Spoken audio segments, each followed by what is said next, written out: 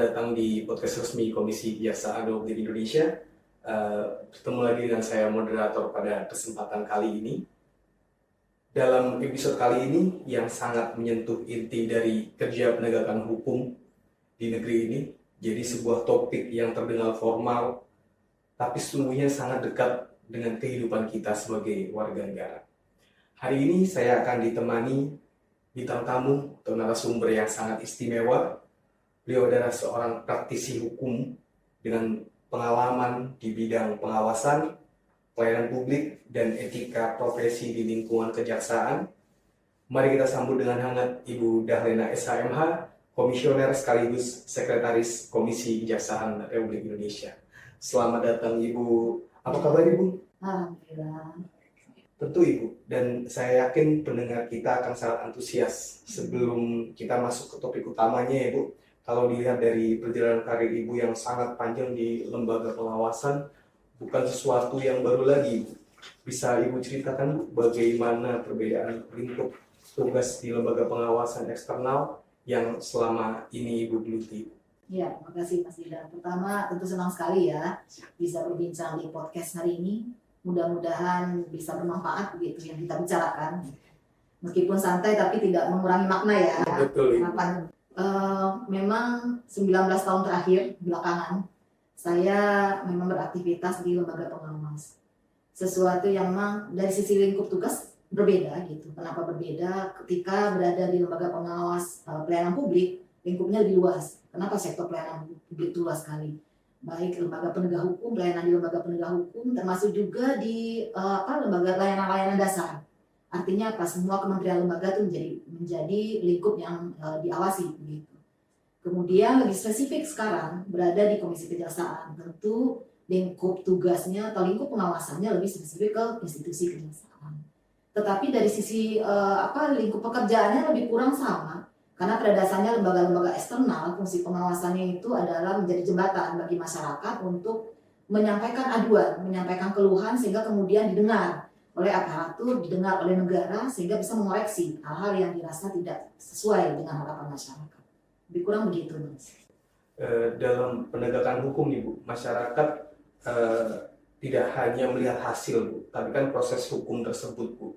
Tapi juga bagaimana menurut Ibu jika dikaitkan dengan etika dan integritas dari soal proses penegakan hukum itu? Ya, pertanyaan bagus sekali Mas Jidan. Ibaratnya kalau etika dan integritas itu dua hal yang memang tidak bisa dipisahkan. Kenapa? Kalau etika itu ibaratnya rambu atau pagar gitu ya. Mana yang boleh, mana yang tidak, mana yang pantas, mana yang tidak, maka itu diatur. Maka kemudian kita kena kode perilaku, kode etika, dan seterusnya. Kemudian integritas ini adalah bagaimana kemudian kesesuaian kita. Kalau di beberapa instansi atau beberapa swasta misalnya sering tuh kita lihat S dan K sesuai ketentuan yang berlaku gitu ya. Itu standar-standar yang umum. Artinya apa? Itu bagian dari, kalau pencerminan itu bagian dari integritas, di mana apa yang disampaikan, hal-hal yang dilakukan itu sesuai dengan nilai-nilai yang ada. Baik. Tapi bagaimana cara untuk menjaga nilai tersebut di tengah tingginya tuntutan masyarakat atas kinerja kejaksaan dan organisasi-organisasi kejaksaan di lingkup kejaksaan tersebut? Ya, kalau kita lihat memang apalagi eranya sekarang era digital ya, tuntutannya sangat besar. Kemudian belum lagi aturan baru ya, ada KUHP baru, ada KUHA baru, yang semua orang harus mempelajari lebih dalam gitu, tidak hanya di aparatur penegak hukum. Nah, dalam konteks ini tentu saja apalagi organisasi kejaksaan juga sangat besar sekali. Oleh karena itu yang paling penting, yang paling utama adalah bagaimana setiap individu itu menjaga nilai-nilai yang ada begitu. Meskipun lembaga pengawas itu sudah tidak ada gitu ya, tidak ada pengawas eksternal di antara mereka, tapi mereka tetap komit dengan nilai-nilai itu yang paling penting gitu. Dan mesti tentu saja regulasi tetap harus ada, karena itu nanti yang akan menjadi indikator seseorang itu melanggar atau tidak dan seterusnya. Itu yang penting, Mas. Baik. Jadi berikutnya Ibu kan tadi soal membahas tentang profesionalisme ya. Sebagaimana kita tahu kalau profesionalisme tidak hanya diukur dari kemampuan untuk menjalankan tugas saja Ibu, tapi juga perilaku yang ditujukan dalam setiap situasi. Mengapa perilaku menjadi aspek penting dalam proses penegakan hukum ini? Proses ini. Iya, kalau kita lihat memang perilaku itu kan adalah cerminan dari nilai yang kita pegang. gitu. Jadi kalau misalnya masyarakat menilai ini institusinya buruk, ini institusinya baik, yang dilihat itu bukan keputusan dari sebuah institusi. Yang dilihat adalah bagaimana kemudian aparaturnya, orang-orang di dalam institusi itu bekerja, berinteraksi, berkomunikasi, maka kemudian muncul namanya pendapat begitu ya, pandangan umum. Dan itu salah tidak ya? Tidak salah gitu, karena memang itu yang bisa terlihat secara konkret gitu. Oleh karena itu sekali lagi ketika nilai-nilai itu terpegang, maka yang bisa kita lihat adalah bagaimana perilaku itu dijalankan, sesuai tidak dengan nilai-nilai yang ada. Maka kembali lagi kita ke integritas tadi. Jadi sangat erat kaitannya begitu dalam konteks ini. Seperti apa perilaku profesional yang seharusnya dimiliki oleh seorang aparat penegak hukum ini? Ya, kalau dari sisi aparat penegak hukum, khususnya kejaksaan gitu ya. Kalau dari sisi aturan, sebetulnya aturan-aturannya sudah ada. Dan nilai-nilai integritas itu sifatnya universal. Ada yang memang misalnya non-diskriminasi, kemudian profesionalitas, kemudian nilai-nilai yang universal lain yang memang itu harus dilaksanakan dalam pelaksanaan tugas. Nah, kalau di kejaksaan sendiri sebetulnya sudah ada aturan. Ada peraturan kejaksaan nomor 4 tahun 2024. Ini yang kemudian menjadi dasar khususnya bagi jaksa, bagi aparatur kejaksaan, artinya dalam hal ini ada PNS-nya gitu ya. ASN-nya itu juga sudah ada undang-undang yang mengatur ASN gitu. Nah, itu bisa jadi rambu profesionalitas. Nah, kalau misalnya dalam bekerja, dalam penanganan kasus, maka tentu ya bagaimana kemudian aturan-aturan dalam penanganan kasus, dasarnya KUHP-nya seperti apa, tidak ada tafsir di situ gitu ya, tidak ada hal yang kemudian bertentangan dengan itu. Itu bagian dari profesionalisme itu sendiri.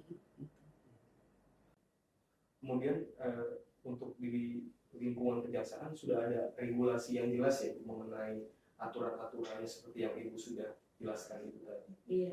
Ya tadi itu ada peraturan kejaksaan nomor 4 tahun 2024. Pembaruan sebetulnya dari peraturan sebelumnya. Kemudian apakah keberhasilan kinerja kejaksaan cukup diukur dari jumlah perkara yang ditangani dan dimenangkan, atau seharusnya juga diukur dari kualitas keadilan yang dirasakan oleh masyarakat ini? Iya.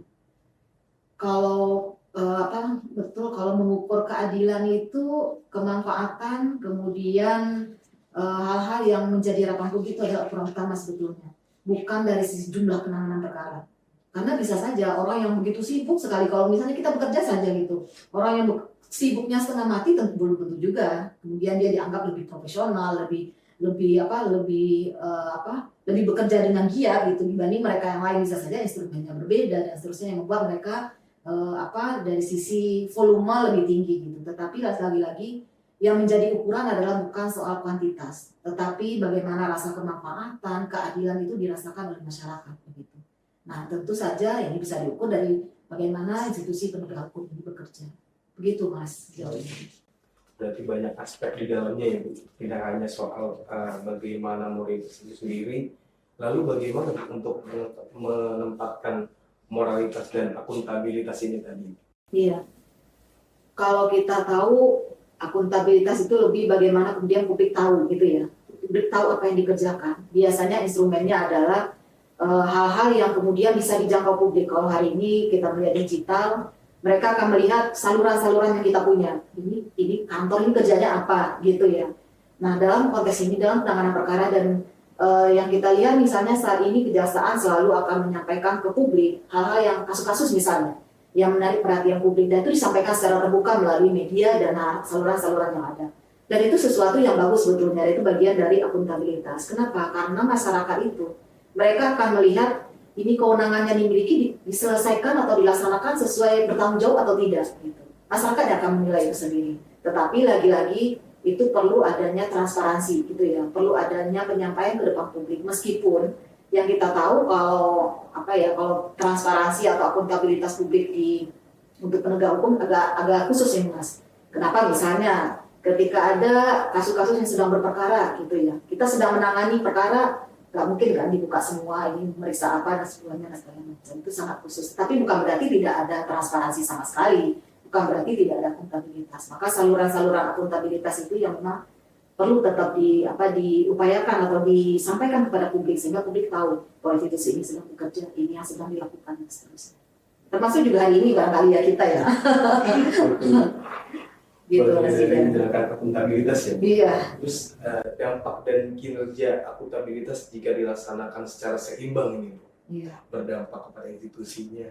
Tentu saja itu dampaknya sangat ini ya, dampak positif ya Mas ya. Semua orang akan melihat meningkatkan kepercayaan. Kepercayaan publik akan meningkat karena mereka bisa mengukur ini tadi bekerja atau tidak, kemudian bisa diukur keberhasilannya, kemudian juga bisa, bahkan netizen di luar sana itu lebih cerdas Mas.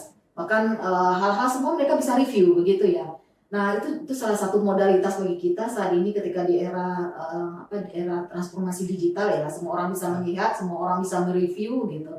Dan sarana-sarana itu kalau dimanfaatkan dengan sebaik-baiknya, tentu sesuai dengan rambu-rambu yang ada ya, maka itu menjadi sarana yang sangat baik sekali untuk menyampaikan ke publik gitu. Dan itu harus dilakukan secara seimbang. Jadi bekerja saja di ruang hampa tidak cukup gitu ya. Kita bekerja mati-matian tapi nggak ada yang tahu kita bekerja gitu. Itu ternyata tidak cukup di era sekarang.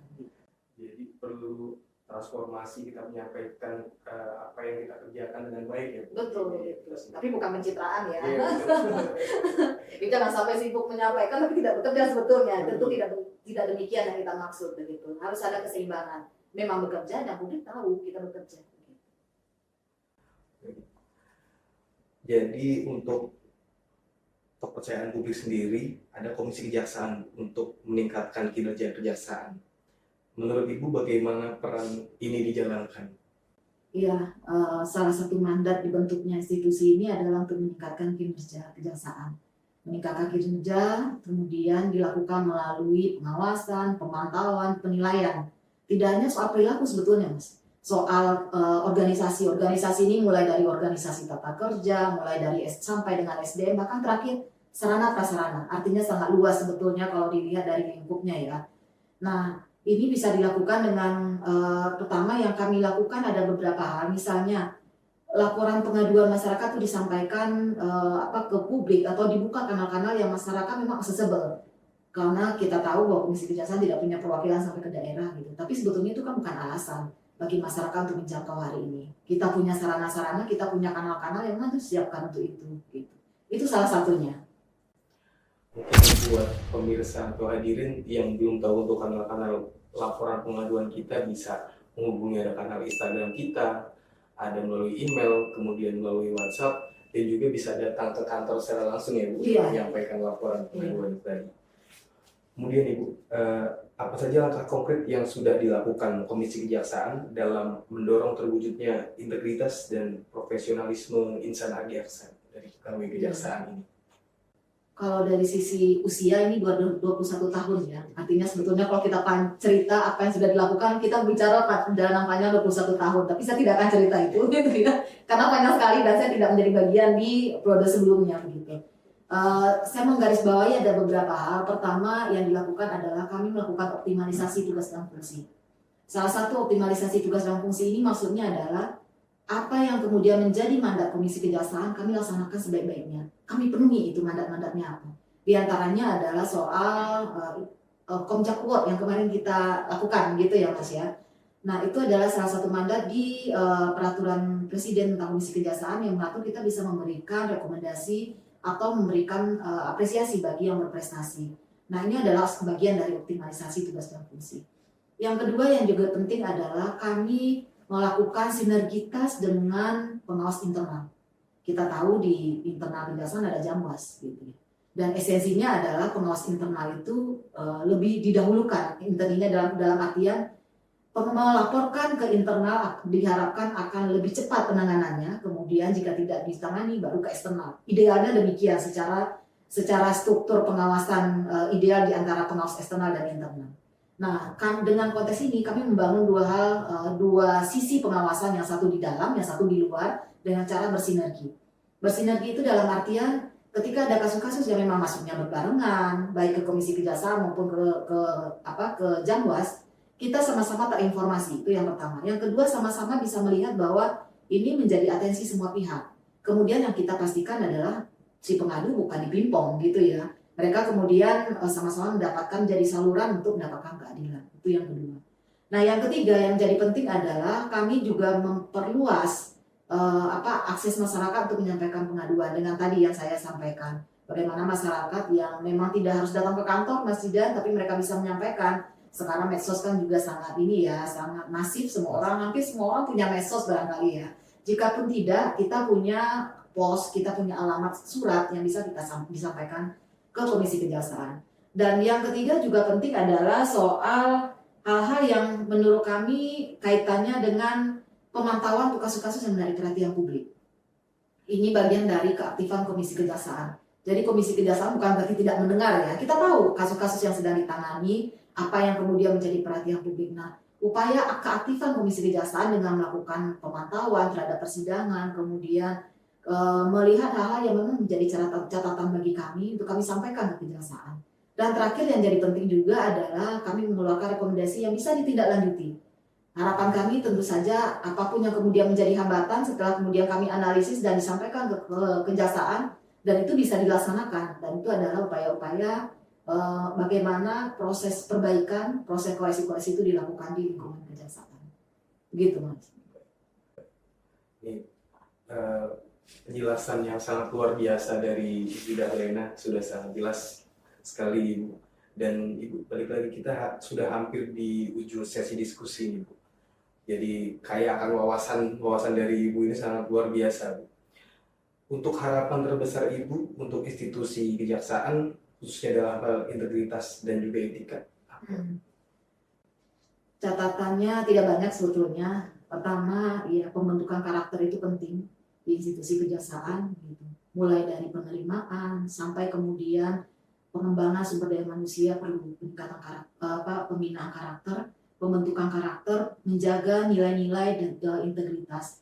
Jadi tidak hanya butuh insan adiaksa yang cerdas gitu ya secara intelektual, tapi juga butuh orang-orang yang memang mereka berpegang teguh terhadap nilai-nilai integritas, nilai-nilai yang memang kita harus junjung tinggi, meskipun tanpa ada yang mengawasi. Itu yang pertama. Yang kedua yang juga penting adalah bagaimana kemudian kita atau insan adiaksa mencintai pekerjaannya. Itu penting.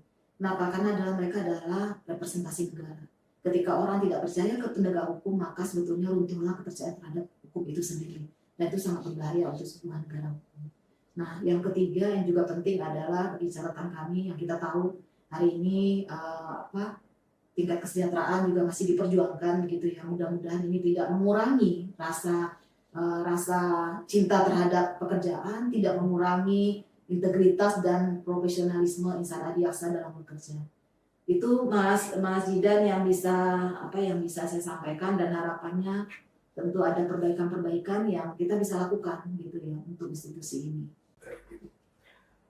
Kita sudah berbincang dalam hari ini untuk mengawal integritas kejaksaan dan menjaga kepercayaan publik. Sebelum kita tutup, barangkali ada closing statement atau penutup dari Ibu kesan-kesan untuk pegawai kejaksaan atau mungkin untuk komisi kejaksaan ke depannya. Silakan. Baik, yang jadi catatan penting saya adalah setiap insan adiaksa gitu ya tetap memegang nilai dan integritas, etika dan integritas, kemudian tetap bekerja profesional. Itu mesti dibawa oleh setiap individu, setiap orang yang ada di kejaksaan. Karena ketika satu individu bisa memegang nilai-nilai dan bisa bekerja dengan profesional, maka disitulah sebetulnya marwah institusi akan naik, kepercayaan publik akan meningkat, kemudian wibawa negara juga akan meningkat gitu. Tidak hanya di depan di mata warga negara ya, tapi juga berinteraksi dengan negara lain. Kemudian bagi Komisi Kejaksaan sendiri, ya tentu ada beberapa hambatan gitu ya beberapa hambatan kita dalam pelaksanaan tugas, tapi sebetulnya tidak mengurangi kontribusi kita untuk meningkatkan peran dalam peningkatan kinerja kejaksaan. Dan tentu batasan-batasan itu sepertinya perlu kita bahas di sesi berikutnya ya, bagaimana kemudian Komisi Kejaksaan apa rambu yang nggak boleh gitu ya, mana yang nggak boleh ketika ada yang lapor, ini boleh atau enggak, kira-kira ini bisa dibebaskan atau enggak. Nah, kira-kira nanti kita bahas di episode berikutnya. Dan bagi masyarakat ketika ada dugaan-dugaan pelanggaran yang dirasakan, meskipun lagi-lagi masih dugaan pelanggaran, silakan laporkan ke pengawasan internal atau juga ke Komisi Kejaksaan gitu. Dan tentu ini menjadi tanggung jawab kami untuk menindaklanjuti, dan harapan kita keadilan itu betul-betul terwujud gitu. Itu saja Mas Jidan dari saya. Terima kasih banyak Ibu Dahlena SHMH selaku Sekretaris Komisi Kejaksaan atas waktunya Ibu. Terima kasih kembali Ibu atas waktunya. Sama-sama. Sekali lagi mudah-mudahan bermanfaat ya. perbincangan kita hari ini. Dan untuk para pendengar setiap podcast Komisi Kejaksaan RI, terima kasih sudah bersama kami hingga akhir episode pada kesempatan kali ini. Jangan lupa untuk terus mengikuti podcast kami untuk episode-episode berikutnya. Sampai jumpa dan tetap jaga integritas, tetap adil, dan tetap bijaksana.